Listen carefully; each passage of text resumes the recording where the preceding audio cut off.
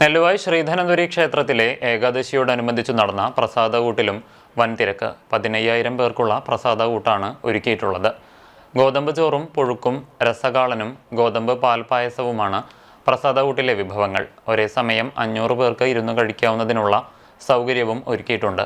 Vinayaka catering ഉടമ വിയൂർ ഗണേശ് സ്വാമിയാണ് ഭക്ഷണം തയ്യാറാക്കിയത്. 31 വർഷമായി പ്രതിഫലം ആഗ്രഹിക്കാതെ വഴിപാടായാണ് പാചകം ചെയ്യുന്നത്. പ്രസാദകൂട്ടിന്റെ ഉദ്ഘാടനം Cochin Devaswom board president K Raveendran നിർവഹിച്ചു.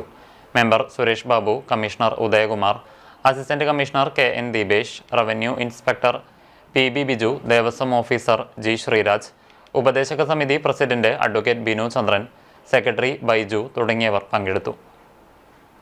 31ാമത്തെ കൊല്ലമാണത്.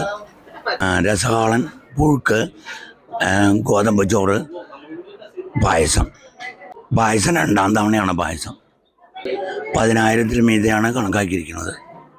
എല്ലാം ഇപ്രാവശ്യം 500 സീറ്റോളം ഇരുന്ന് പേർ കഴിക്കാനുള്ള സൗകര്യമാണ് ഒരുക്കിയിരിക്കുന്നത്.